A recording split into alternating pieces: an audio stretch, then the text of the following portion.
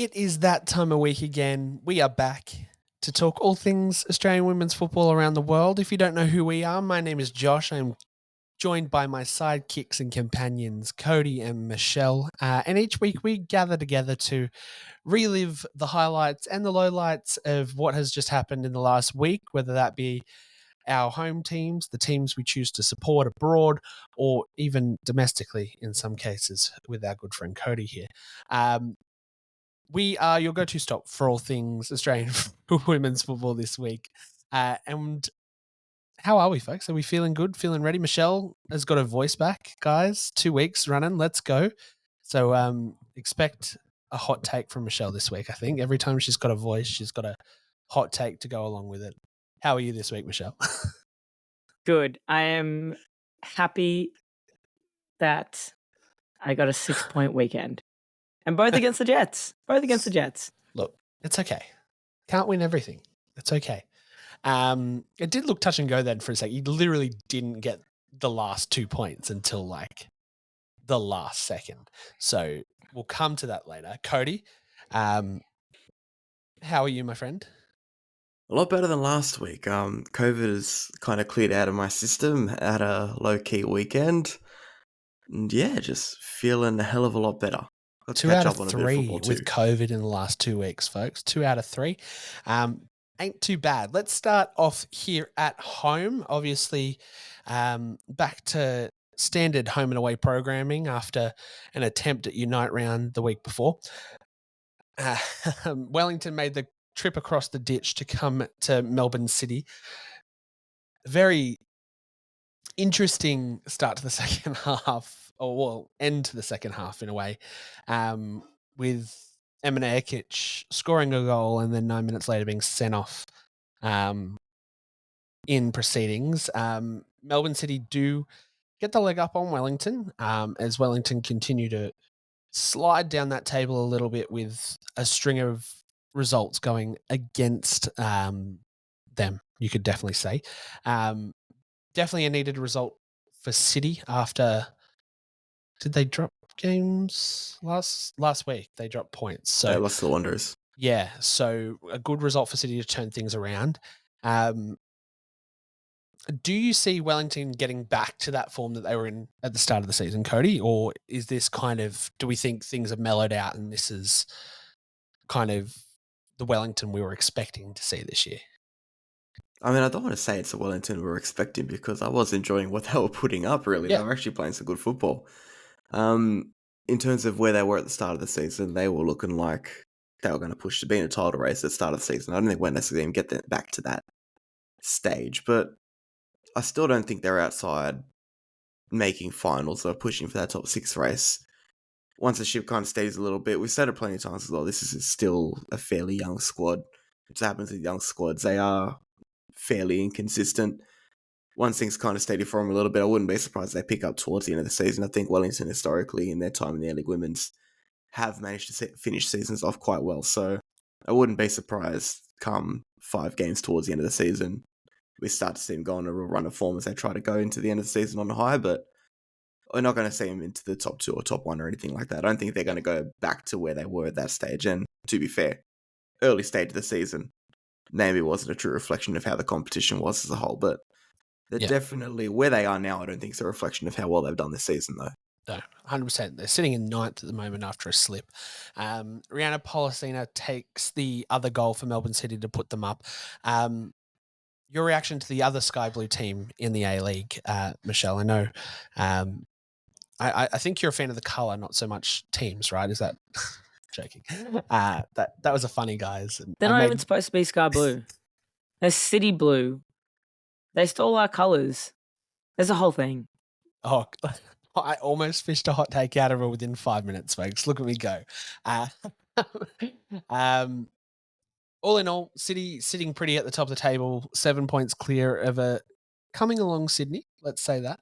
But yeah, very interesting. Could be an interesting game next week without one of their goal scorers up front.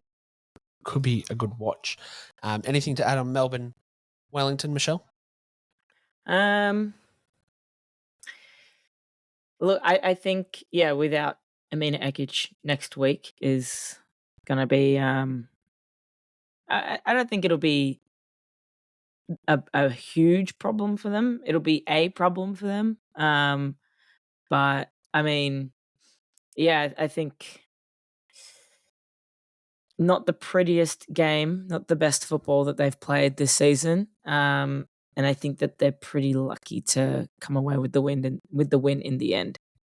100%. Luck on our side, we get two returning Matildas, one to the field and one to the A-League, notching up 2 goals this week for Melbourne victory. Chids gets on the score sheet. Emily Galenic notches the winner in 90+3. Gilnick, sorry. Thank you. I think I said it the wrong last week too. Why didn't you guys pick me up on this last week? Gilnick. Sorry, Emily. My bad. Cody's picked me up on every other pronunciation in this show this entire time we've been here. And you've let me go on and say that how many times. I don't remember it last week in all honesty, but you said it then and I had to double check like, wait, who was that again? Guys, that's a stitcher. I'm not saying because I forgot who she is. I'm saying because the pronunciation was that off. I was like, wait, what? Oh, sorry, guys. And anyone that's new to the show, I'm very new to football. Not football, women's football. So I'm kind of like the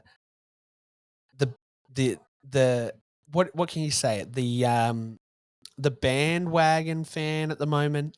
So I'm still learning a lot of things, pronunciations being one of them.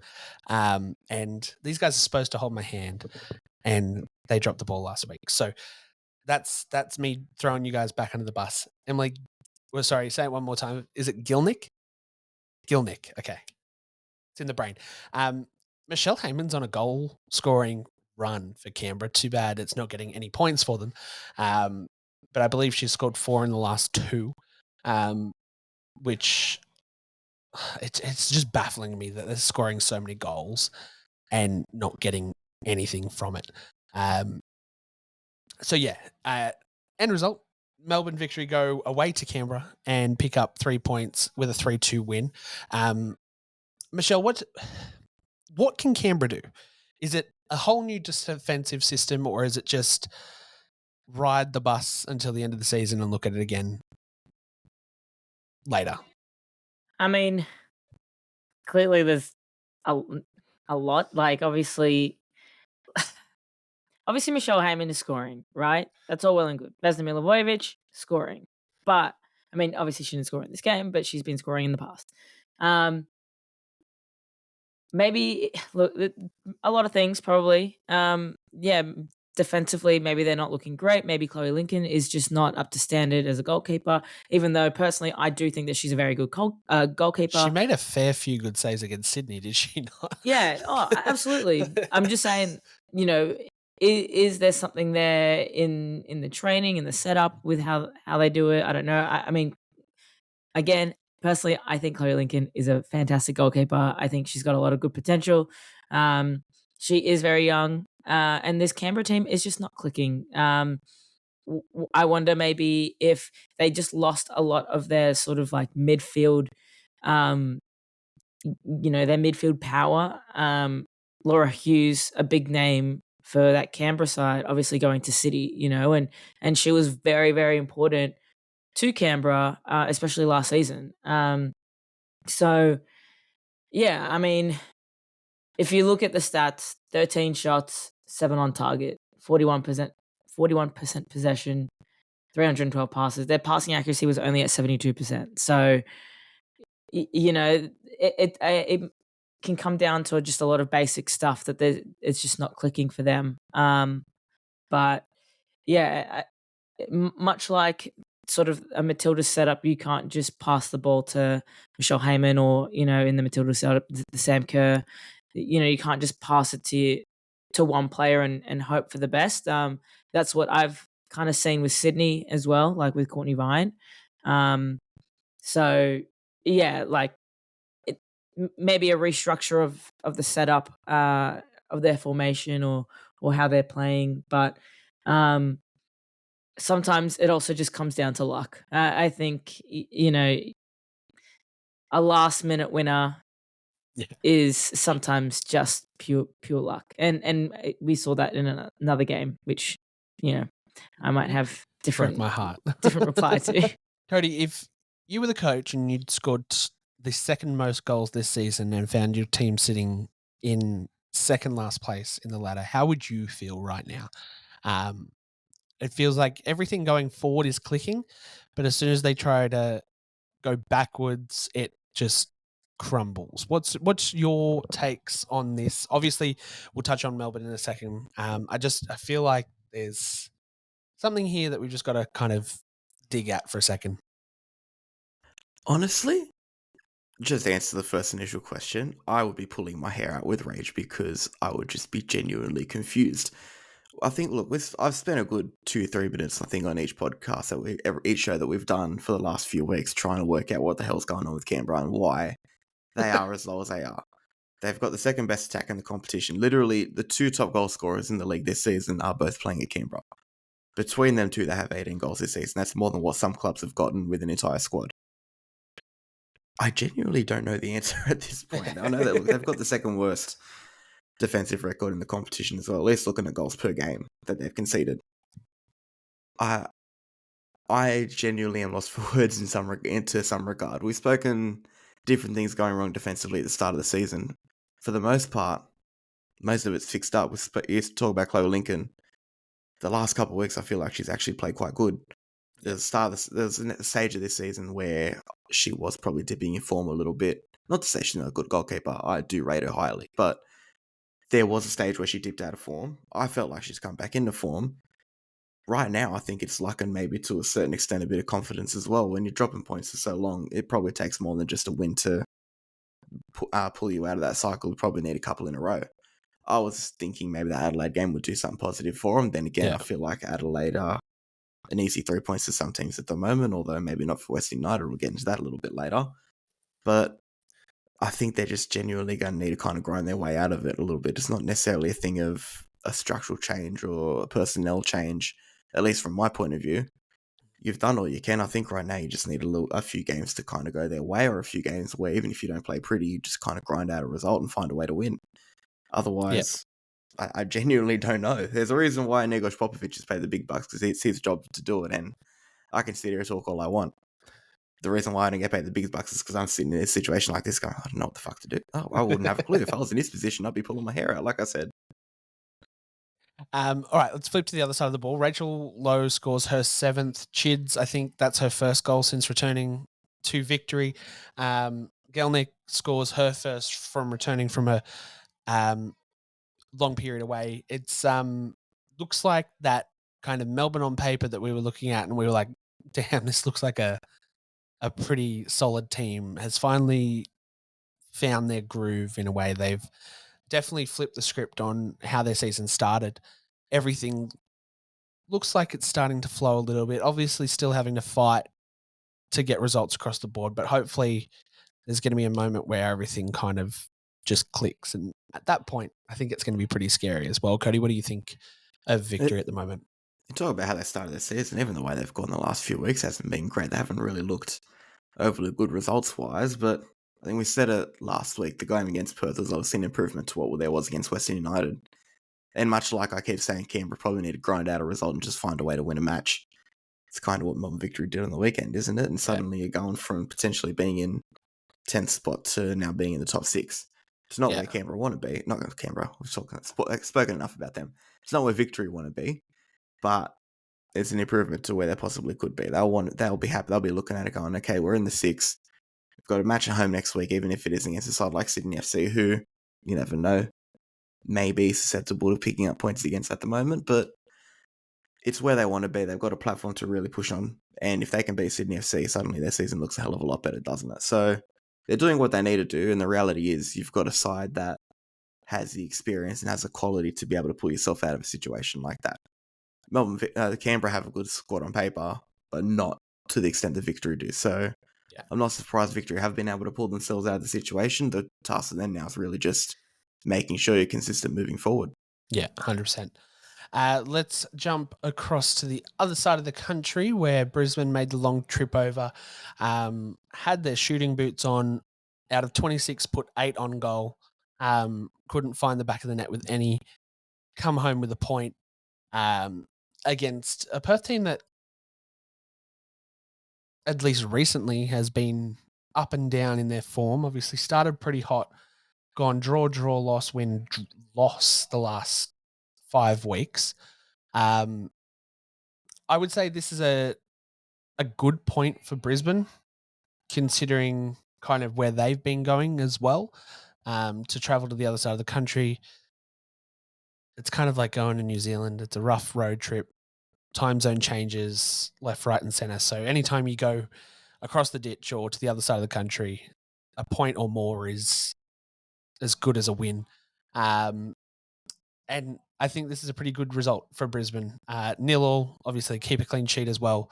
Because I think they've let a fair few goals in the last couple of weeks as well, maybe. But Michelle, you're nodding away there like a little bobblehead. Your thoughts on Brisbane, Perth? Fire me away. I think Brisbane are very unlucky to not get the win, considering they had the ball in the back of the net and the referee disallowed it. And this is, oh God. I mean, we can get into this for the next game as well, for Western United versus Adelaide. But the ball was in the back of the net. It probably should have stood as a goal. I think, they were unlucky in the sense that, no one touched the goalie. I don't think there was any foul there at all. No foul play, nothing. And they disallowed the goal because, someone might have touched the goalkeeper, which I don't know. I think, in this sport, it's becoming more and more apparent that, if a goalkeeper, and this is what happened in the Mariners, the Sydney Mariners game as well. Like, sorry, I'm joking. I'm getting all choked up about this. But it feels like you can't, like, the second you even, touch a goalkeeper or anything and they go to ground, and if they start having a cry, then no goal allowed. Like, see you later, sorry.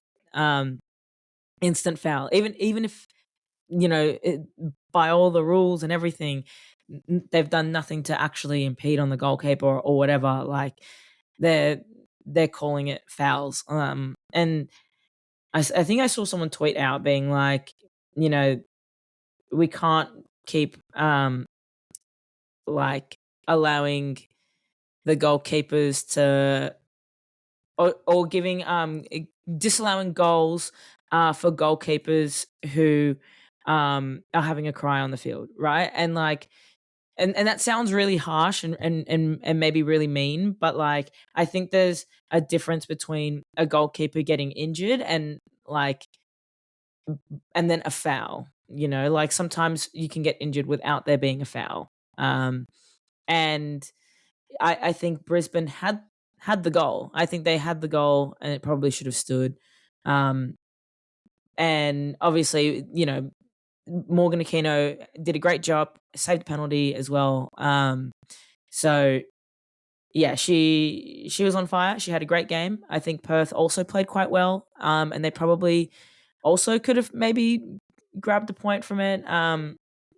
They probably could have gotten a goal. It probably could have been a 1-1 draw. But I do think Brisbane are probably feeling a bit hard done by. So, yes. Do you think it's a bit of a fact of we know VAR isn't here to look at it, so we'll see what we can milk in a way? Do you reckon there's a little bit of playing to it at this point where there's... It's so hard to say because in each of these 3 games, and even the Sydney Newcastle game, right? I noticed there was a couple of fouls that were blown for that Mackenzie Hawkesby was called offside, which, and personally I didn't see it, so I'm not sure, but like, people were saying that they would have liked to have that checked. You could argue Sydney's goal against Western United a couple of weeks ago that could have been pulled back for offside. The Western Sydney go-ahead goal of the opening goal, that, most people would probably argue that was offside. And then obviously, more notably, the Olympico that was actually said by the FA that the goal should have stood, and no one, look, at the end of the day, no one likes VAR because at the moment it is being run by people who don't, who aren't making the correct decisions, or it's all, very minute things. And this is where things are becoming a problem. But like if VAR is used correctly, it can be good. It can be a good thing. But at the end of the day, we have to remember that the people who are behind VAR are humans as well, and they're going, they're just reading things based off the laws of the game, which I understand. But as much as I don't like it, but I understand. But I think, and someone else mentioned this in another chat, that maybe one of the things that's going on is, I think Teo mentioned this on Dubzone, but basically, like, with the longest season means you have to get more referees in because you can't keep using the same five, so you need more referees, which means less like chance of them being at the top of their game potentially because it's already quite few and far between like four referees in the league. So yeah, I guess it's an issue with the referees that we have just in general, and I guess the training that they get, are they being trained properly, and yeah, I don't know. I don't think VAR is the solution, but yeah, and it won't be because it's too expensive for our league to get anyway. So yeah, 100%. I mean, if the WSL can't afford it, there's no chance that we're affording it. yeah. All right, Cody. You're the biggest advocate of VAR that I know. But what are your opinions on this game? I wasn't sure if you were being, because the way you said it sounded really, really serious. I know. I had myself going then for a second surely too. he's joking, and then I saw the look on your face, and I was like, I don't know if he's genuinely, joking. I think it is a great bit of technology. I think I genuinely hate it. You hate it because of how the application has been done, right? Yes.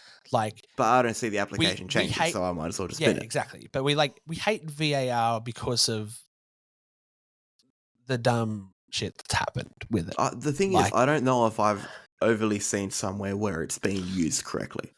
Maybe in some games of the World Cup where you had referees from God knows where in the middle of Europe with it going for it. And maybe to a certain extent there are people out there that know how to use it. But you know what? In Australia, I don't think we do. And you said the A-League Women's can't afford it. The WSL can't afford it.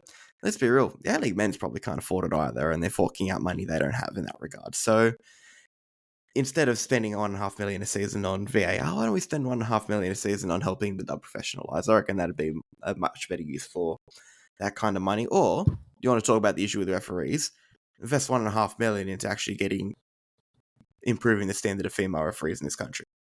Because I'll speak to what you were trying to say, Michelle, and I'll kind of obviously piggyback on Teo's point. Obviously, the league's expanded. It's not just about having to muster up 6 referees for a week, but you're not going to have the same referees on every week. There's going to be some form of rotation, particularly when you do have to take into account midweek games. You probably need a pool of 10 to 12 high-quality referees to be able to function in A-League Women's season. Michelle, you play park soccer, I'm pretty sure. At the very least, you would have used to. How often were you refereed by a female referee? I think we had one last season. Obviously, it's going to be slightly different for myself because I'm a man. I play in a men's competition. I know, at least in my district, they are typically less reluctant to put on female referees for male games, or especially male all-age games. But the fact that at a grassroots level, you're struggling to get female referees through the door, where are these high-quality referees going to come from? You're not going to be able to pull them out of... One can't pull them out of their arse. It's not going to happen. They've got to start somewhere. And the fact that at the lowest level of football in this country, we struggle to get people in to do that role, how are you supposed to do it at an A-League Women's level? So it's an issue that goes far, far deeper than what you're seeing on a surface level. It's the same. You could make the same argument for coaches. I see a fair few women's coaches at an NPL level. I don't think I've ever once seen in a male or female competition a women's coach at a grassroots level. that's not necessarily a good sign. That's a whole other story, but I'll go into that tangent another day. I'll save that up my sleeve. Josh, remind me, of course. But you want to talk about the standard of female referees in this country, it starts at the bottom. You got to get them in the bottom. You got to get them experienced. And unfortunately, when you do play men's football at a grassroots level, I'm not going to say it's something that comes from myself and my teams. I tend to try and at least be, at the very least, respectful to referees that I have. But I can guarantee you there's inherent unconscious sexism that comes with it.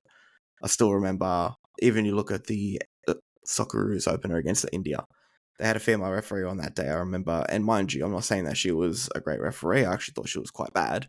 But then again, I very rarely see AFC referees that are in any way, shape, or form Which is good. interesting, just to back that referee, because she actually did a really good job at the Women's World Cup.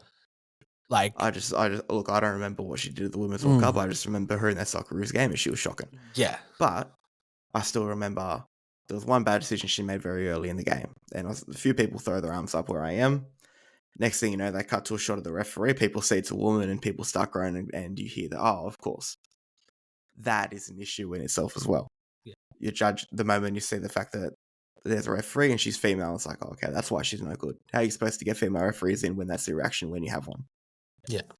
Whether it's good or not, take the gender out of it. Either she's a good ref or she's a bad ref. There's no gender about it. There's male refs out there that are horrible. Do you think that in this league, because I remember I was talking to someone else about this ages ago, last year, I think, and they were basically saying that there was a league that they played in where it wasn't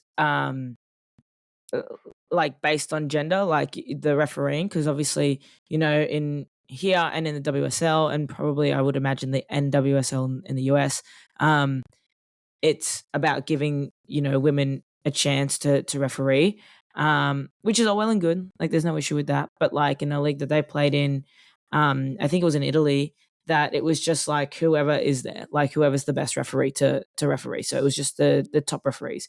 Should we start, just implementing that? Again, not really saying that the men's referees in Australia are that good either. Let's be real. Like, some of them could probably go back and do some more training. But yeah, I guess in order to kind of, I don't think it's ever been this bad. Like, I don't think last season it was ever this bad with like the amount of calls that just weren't being called, or, red cards given for no reason and whatnot. And I think, yeah, it's, if I've got friends who are referees who are complaining about the referees, then I feel like there's a problem there. Yeah. How long do you have on this topic for me to give an answer? Because there's two ways that I can look at this.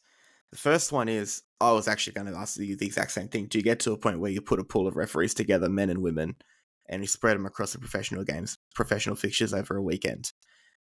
The reason why I would be for that is because you've got such a drastic increase. You've had a drastic increase in terms of early women's matches over the last 3 to 4 years. Clearly, the quality of referees hasn't been able to keep up.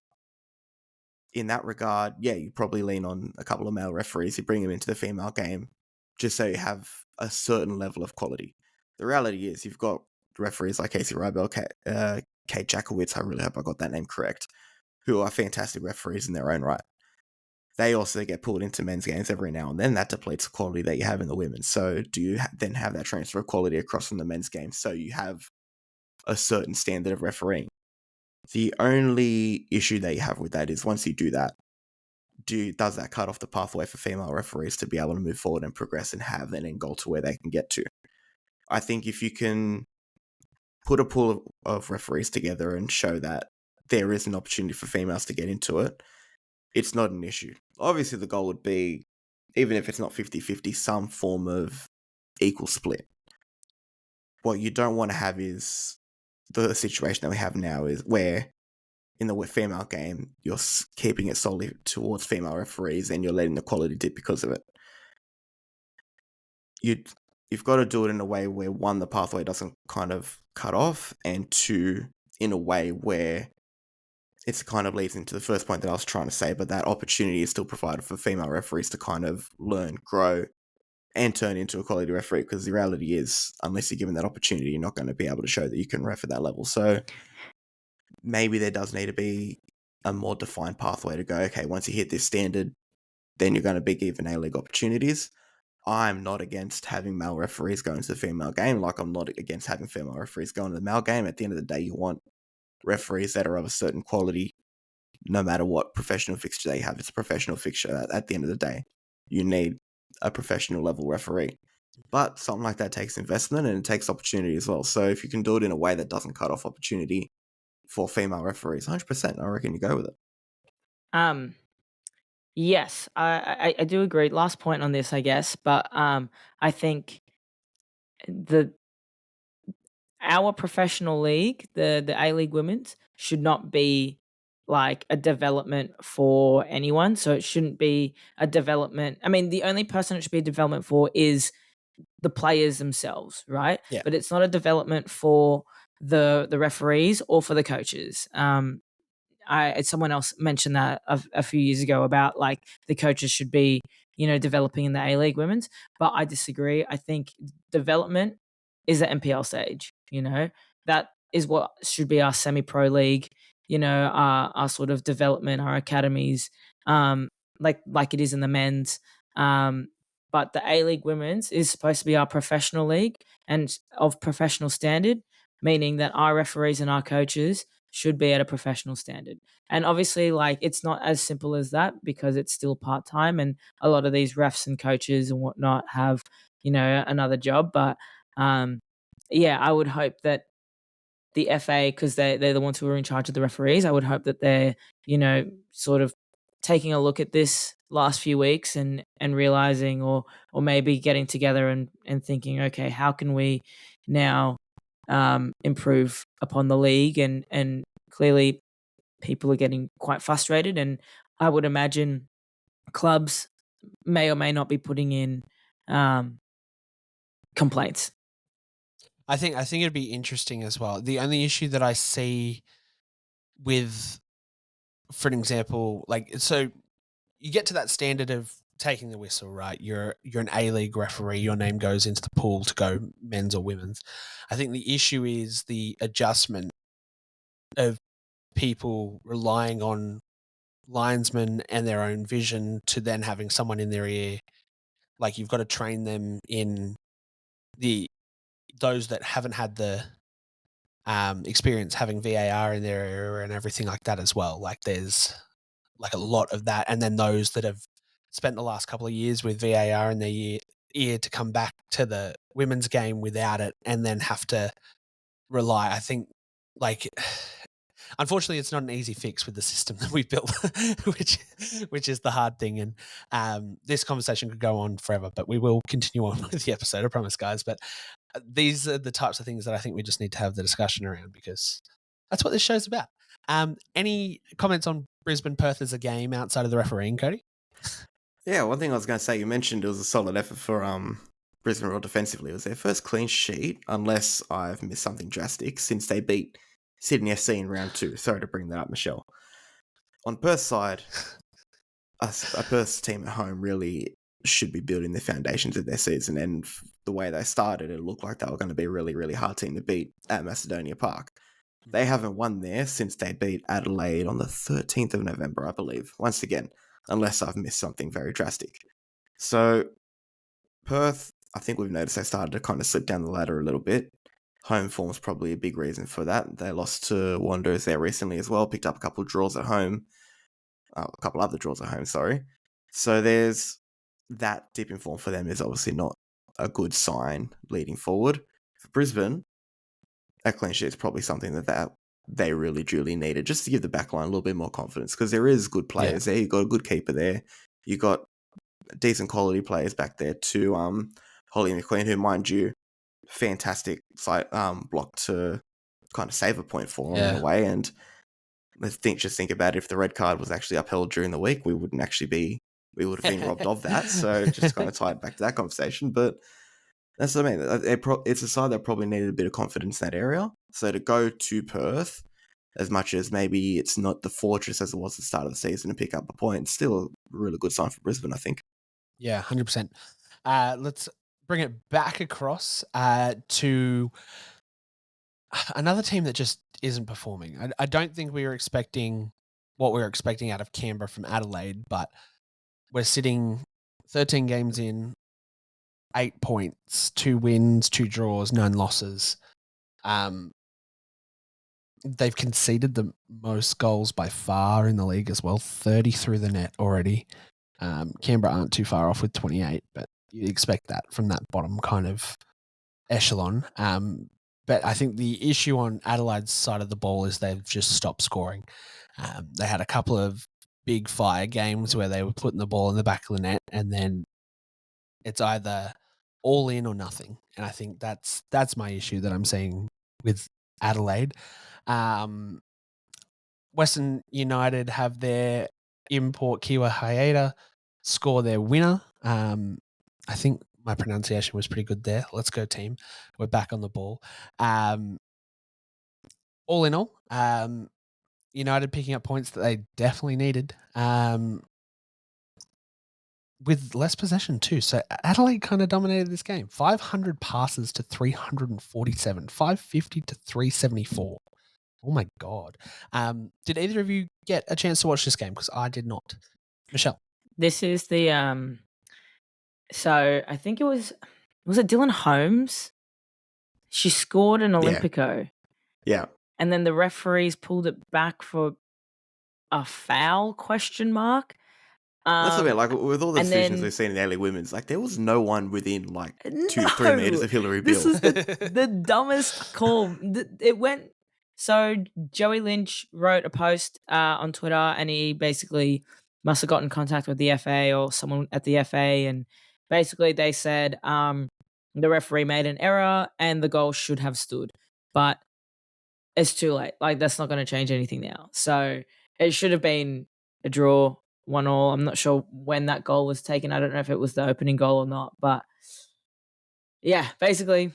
Yeah, it's like 10 minutes in, pretty sure the opening goal. Yeah. And so basically, Adelaide just absolutely got shafted, and they should have had that goal stood. Great goal too. Great finish. What a goal. Everyone who doesn't love an Olympico? So yeah, unlucky. When the cards aren't falling your way, they're not falling your way. Cody, anything to add on Western United Adelaide? I'll look at it from Adelaide perspective for a sec, because you look at their side on paper. It's a good side. You've got remnants of that 2021-22 squad. Dylan Holmes, Chelsea Dorba, Nano Sasaki, Emily Condon. Obviously, look, there's been issues with trying to get them all on the field at once, but you look at maybe beside even the last few games, maybe besides the Jets and City game, they've looked all right. Canberra, they went ahead, and Michelle Heyman kind of just went beast mode and went, fuck you, I'm dragging my team single-handedly back into this game. Western, they went ahead, and for some God knows reason that it got disallowed. And even, I think something that kind of gets overlooked because of what's happened with Adelaide since, but they were the last team to beat the Wanderers. Wanderers have been on a pretty cool run since then, but Adelaide went to Wanderers Football Park and beat them there. Not an easy thing to do this season. So there's inherent quality in this Adelaide side. There's inherent quality in every team in the competition this season. Literally how the ladder has kind of portrayed itself as almost just being which teams had the least amount of luck. Adelaide probably haven't done themselves any favours in certain games where they've been walloped, to say the least. But overall, they have shown at different stages this season that they've got quality in their side. It's the same with Canberra. They probably just need a couple of results to kind of be able to push themselves forward. Unfortunately, the way the season's gone, they probably look like the least likely to do that, unfortunately. But I'm not going to sit here and say it's a bad team or there's this inherently going wrong at the club or this is happening behind the scenes, because a lot of it, well, maybe not a lot of it, but there is a big part of it that has kind of come down to luck. They are a young team. I think there's a bit of a change. There is maybe a slight change behind the scenes, but I think it's a change they're trying to make for the better in terms of how they operate. Maybe leaning on some characteristics we've seen implemented in the men's, trying to see how they go with the women's. It is probably a bit of a teething process that will see them have a dip in form or a dip in quality for a season or two. So maybe from that point of view, a result like this shouldn't be surprising, or a season like this shouldn't be surprising, I should say. But I'm not, like I said, I'm not going to sit here and say it's a bad team or things are really going to turn into shit. I think there is an inherent little bit of luck there. 100%. Let's go to the most important game of the week. Sydney Newcastle for both of us. Honestly, I thought we had you in the first half. Serena Bolden is on fire. Not an Aussie, unfortunately, but she's scoring goals like there's no tomorrow. I think she scored something ridiculous. Like, is she up to 7 or something in 8? 7 in 8 games. And 2 7 in assists. 8? Yeah. Insane. In a team that definitely needed a striker. And I called it at the start of the season. I should work for the Jets. Hello? Hire me. What was the first thing I said? Serena Bolden doesn't have a team. Jets need a striker. What did they do? Signed her. I know you're listening to me. But all came undone in the second half. 90 plus 6 to win at Michelle. How was the vibe inside the stadium? Obviously, you feel pretty good with 3 points, but was there a little element of worry there at some point, at any point for you? Always. So we had like a little cove going, a little active, and no one wants to sing because, you're losing or you're drawing. And I was like, yeah, look, I know it sucks. We don't have a striker. We lost last week. We're only, we've only got a draw or whatever. No, I think, at this point it was 1-1. And I was like, but we can't control what's going down on the field. We can only control up here in the active. And then, so I got everyone to sing. And then, like a beautiful moment, Zara Kruger came in and just, what a beautiful finish. At 17 years old, 96 minutes into the game, seals it for Sydney FC, and the whistle blew. And I have never felt such utter relief in my life. I was like, okay, mind you, we hadn't won at Leichhardt. Like, we have not won at Leichhardt this season. I think we've got like 4 or 5 draws and I think a loss now. So it's not been good, okay? Leichhardt has not been good to us, not like Cogra was. And I hate to say it because I hate Cogra, but Cogra, at least we won games in there. So hopefully this is like, the turn of the millennium when we start winning some games now. But incredible. Maddie Caspers at just 16, jumped over everyone, got her head on it, and Zara Kruger at 17. So the young girls doing what's good and what's right. Courtney Vine, girl, just a little bit over. Just a little bit over. The amount of times that she was millimeters from the goal. And same with the Hawk, Mackenzie Hawkesby as well was She so had one close. She had one that came off the crossbar or something like that. There was one that was like... There was one where it was just slowly going towards the goal. And then one of the Jets players came in and, swept it up. And I was like, God, just a little bit more power on that one. And that would have gone in. But yeah, I think Courtney hit the post 3 times. Oh, Lord, it was an absolute nightmare. I mean, the cross that led to Maddie Casper's goal that she like tried to first time hit that, like, I don't know how that didn't go in and then bounce back out where she got the cross that Maddie Casper scored off. Like that, not that I'm a Sydney fan now, but, it's hard being in Newcastle, guys. Yeah, but hey, I was thinking of like singing Champions of Australia, You'll Never Sing That, just because it'd be a bit funny, I didn't because then I forgot, but it would have been funny. But I think one good thing the Jets can look at is post GV Newcastle isn't looking terrible. Draw last week, unlucky result this week. Doesn't look like they're going through immediate teething issues. Cody, you look like you're going to completely disagree with me. Please fight with me. Fists I actually up. don't want to fight. Hey, yeah. Like, look, post GV era, you take a game to probably the highest quality team in the competition. Arguably, I'll say, because Melbourne City do look very, very good. I don't know if you could ask for much more, really, especially away from home. You still got Serena Bolden up top. Melina Ayres looks like she's fit again. I'd take it for what it's worth. it's still better than what I was expecting from Newcastle this season. I thought they'd be coming last. Look, So- I had a worry when Emily left. I was like, this is either gonna keep going or it's gonna crash and burn. And luckily, the wheels are still puffing along.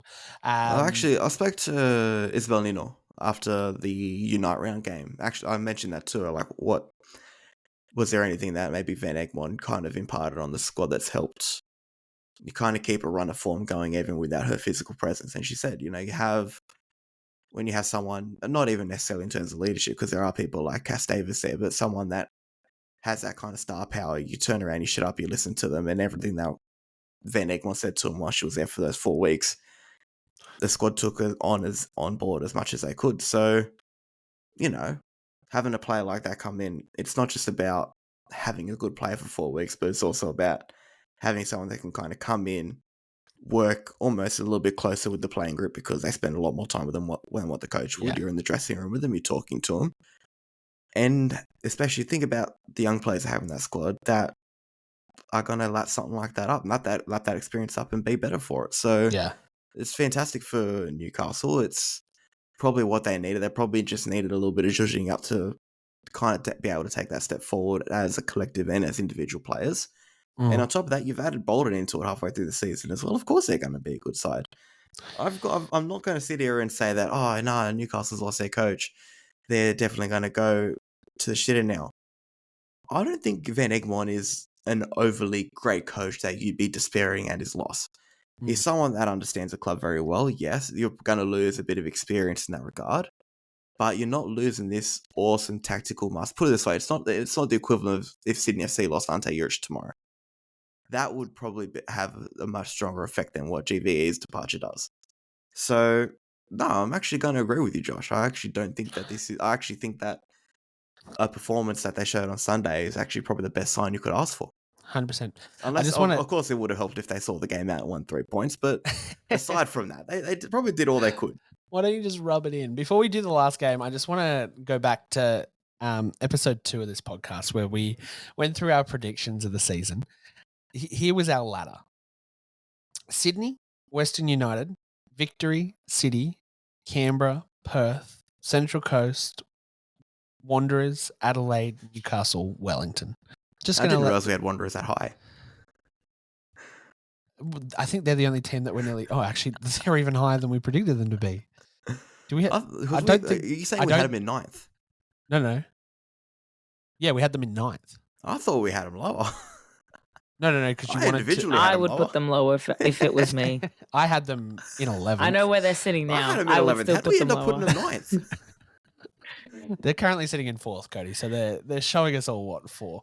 Yeah. I'm pretty sure not one of those teams we had in the right spot. Yeah. Literally nobody. But hey, that's the fun of the game. Last game of the week.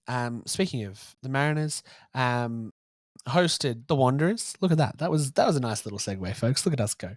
I thought that was the reason you were doing it, to segue into that game. I honestly didn't even think about that until just then. That's why I brought the Wanderers up. Look, I'm not that smart, Cody. Come on, chill out. Another own goal. That's like 4 in 2 weeks. Let's go. Should have been a 1-1 draw. Jasmine Wardlow gets the credits on the own goal there. It just Central Coast seem a little unlucky this year too, but just not to the extent that Adelaide are. And I think the big news out of this game is Taryn King out for the rest of the season doing an ACL as well. So yeah, this just, I don't know. I'm not a Central Coast fan. I can't like the Central Coast inherently, just by living here. It's kind of like Michelle with the Wanderers. But you hate to see someone of Taryn's stature and talent go down with an injury like this. Cody, your thoughts on the game? And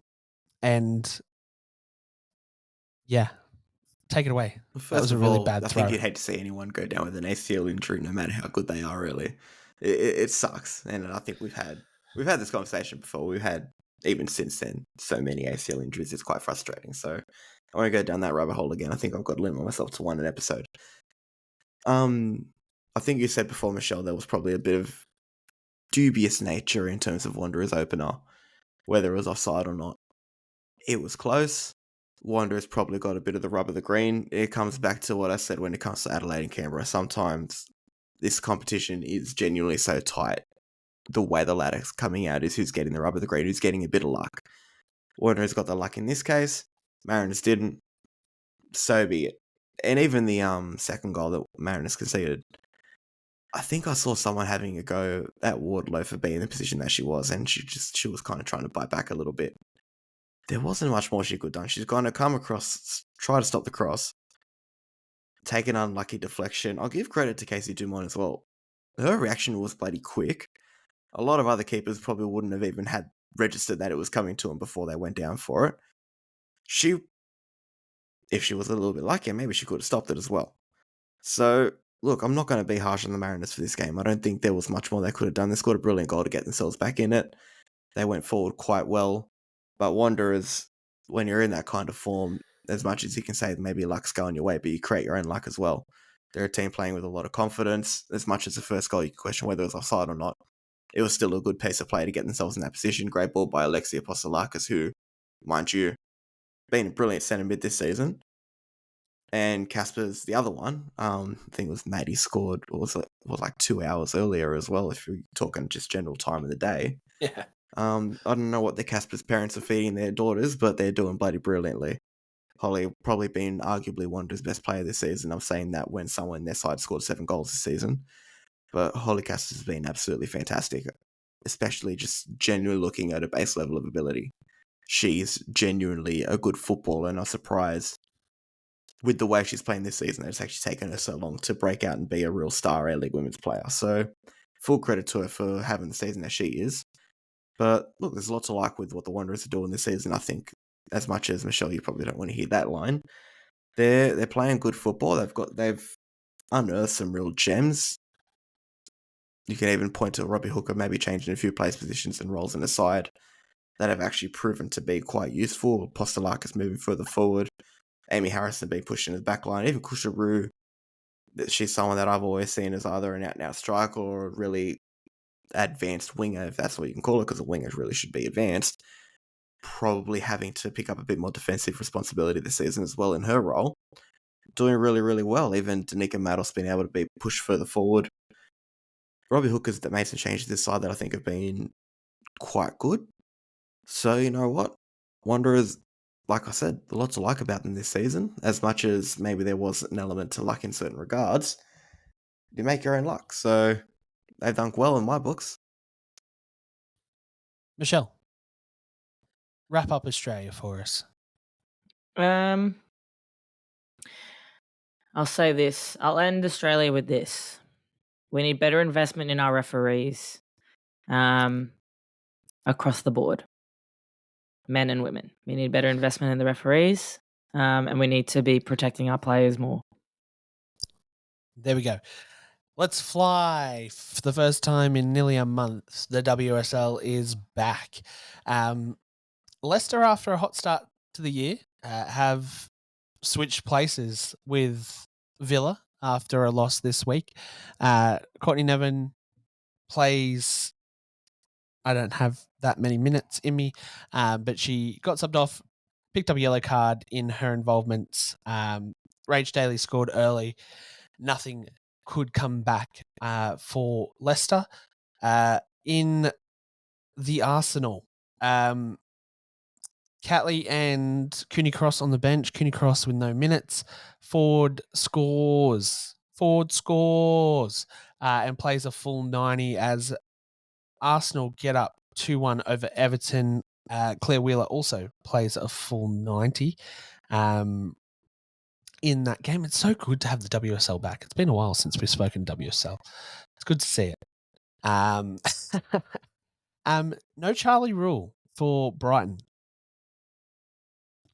Has anybody heard anything about Charlie in the Brighton setup at the moment? No, shaking of head. We'll chase that up and we'll have news for you next week if it continues. But Brighton do pick up 3 goals and beat Bristol to keep them at the bottom of the ladder. A much needed 3 points for Brighton, actually, to be fair, to get themselves into a position where they're not hovering right on death's door either. No AK, but Mary Fowler comes off the bench for City in another Bunny Shaw masterclass as Manchester City down Liverpool. I think that's Bunny Shaw's second or third hat trick this year. She is absolutely flying at the front of this City setup. Big news. We had a double league debut this week in the same game. Kat Gorry started for her first league minutes for West Ham, and Charlie Grant came off the bench for Tottenham. Mackenzie Arnold is back in goal as well, so looks like she's past that injury that kept her out for a couple of weeks there. So that time away has kind of looked like it's helped that West Ham set up in a goal thriller. Unfortunately, they're putting them in a 4-3 loss to Tottenham. Very interesting. Good to be talking Tottenham again too. That wraps up all things in the UK. In good old France, Paris FC got postponed against Le Havre. PSG dominated Bordeaux overnight, 8-1. And then this morning, Lyon down Montpellier 2-1. And Real Madrid were not in action this week in Liga F. Did you guys have any highlights from the WSL that you saw over the weekend? Is there anything that I've missed in highlighting? Cody looks like he's going to say something exciting. I don't know if it's exciting. Micah, I think, was lucky to be on the field for as long as what she was in the game against Man City. Looks like she was very, very close to being sent off. Mackenzie Arnold's return. Look, she hasn't had the best season. I wouldn't say she had the best game, but I'll say this about that West Ham Tottenham game. She definitely wasn't the worst goalkeeper on the field. I don't know what Tottenham's keeper was doing. I can't even remember her name for the life of me, but some of the goals that West Ham scored, she should have done a lot better. So, look, on paper, these things really aren't looking good for Mackenzie Arnold, but you can still see she is inherently a better goalkeeper than other starters in WSL. So, unfortunately with West Ham, when you've got a poor defensive record and you look to improve yourself going forward, what do you expect is going to happen? On the bright side, there is another team conceding more goals than them at this point, and that's all that matters.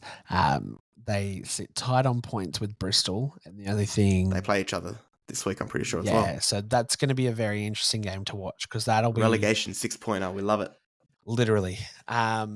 Perfect. Any highlights from your side of things for the WSL or France or anything, Michelle? Negative. Oh, all right. I lost my my mouse. Sam Kerr was at the West Ham game. Oh, good on her. Look at her. Just so support. You know, when you're not playing, you can do whatever you want, right? I will say this. I know it's not Australian news, but Christy Mewis, how we say her name, I don't know. The American, her assist, great ball. That free kick, scenes. It was actually really good. I was like, you know what? Maybe you can play football. Wouldn't know because she didn't play at all in the World Cup. But that's more. She took a penalty. She got subbed off eventually. Probably the best penalty from the team as well. Seriously, I actually feel bad for her. Like, I'm glad that she's going to be playing in a league where I guess she's going to get minutes. Yeah, she'll get minutes. So I mean, she got minutes at Gotham as well. So yeah, true. But a league that I would watch. So at least I'll get to see her more. Her sister did just have to retire as well due to knee injuries as well. Yeah, that's really sad, actually. Yeah. There was a very sad sort of post that Sam on one of the podcasts that she spoke about, and I was just like, oh, this is really sad. Like, I'm not really kept up to date with her career much, but pretty sad. But anyways, we're not here to talk about Americans, but I did want to say that was a really good assist. Christy Mewis kind of is like half Australian, or like Australian by proxy. I mean, when she's in that West Ham team, I guess we can talk Australian about it, right? By future marriage possibly as well. Yeah. She won't be able to represent us, but I mean, we could find her. We'll give her a flag. Token Aussie. And I believe we lost our luck on potentially getting Jonathan Heraldez as Australia's future manager because I believe he's signed for an NWSL team as well. So, Terrible. not everything goes our way, but it's okay. One day. Before we wrap up on the week, is there any highlights or things that we missed from outside the pitch or anything like that we have not mentioned this week? Michelle, this is your time to start your rant if you do want. Cody actually took the rant off you this week. I think we already did the referee rant. Yeah, okay. I think that was a good referee. one. Cody with a hot take this week. Let's go.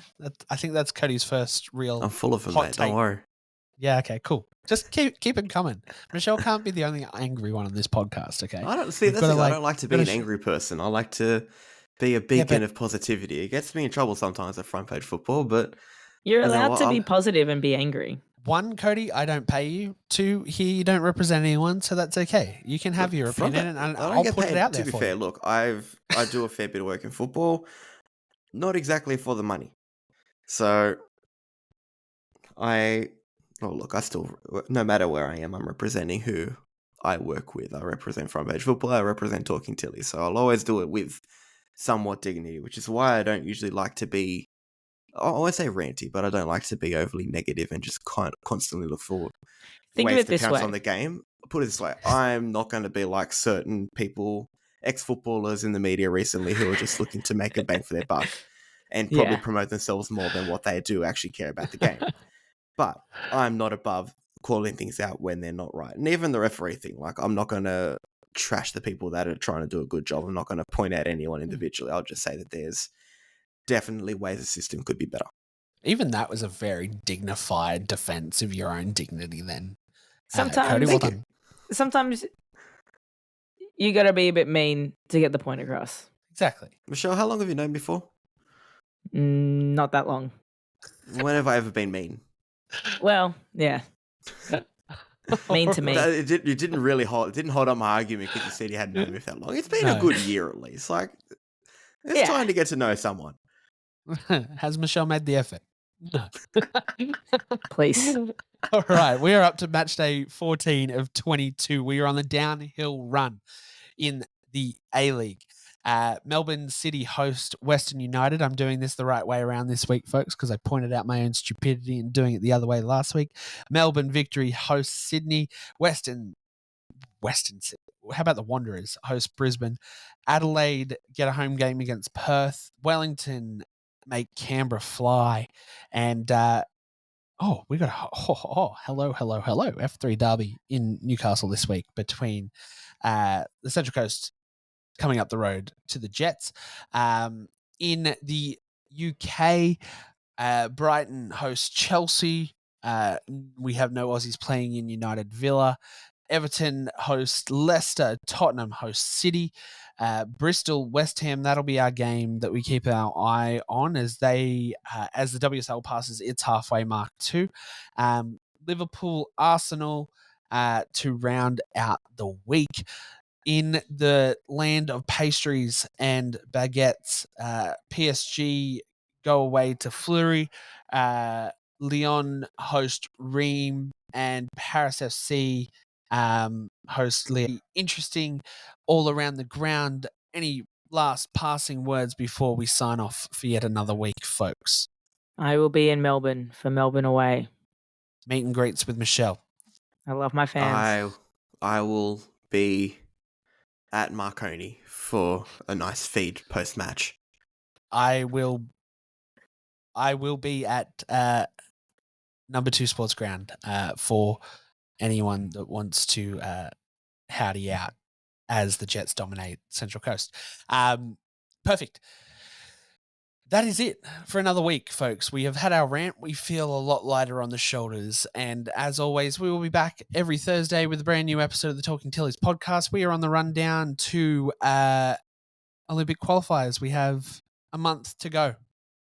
So keep an eye out on some of your favorite strikers because, we've got to replace Sam Kerr somewhere. We will be back next week with a brand new episode of the Talking Tillies podcast. Goodbye.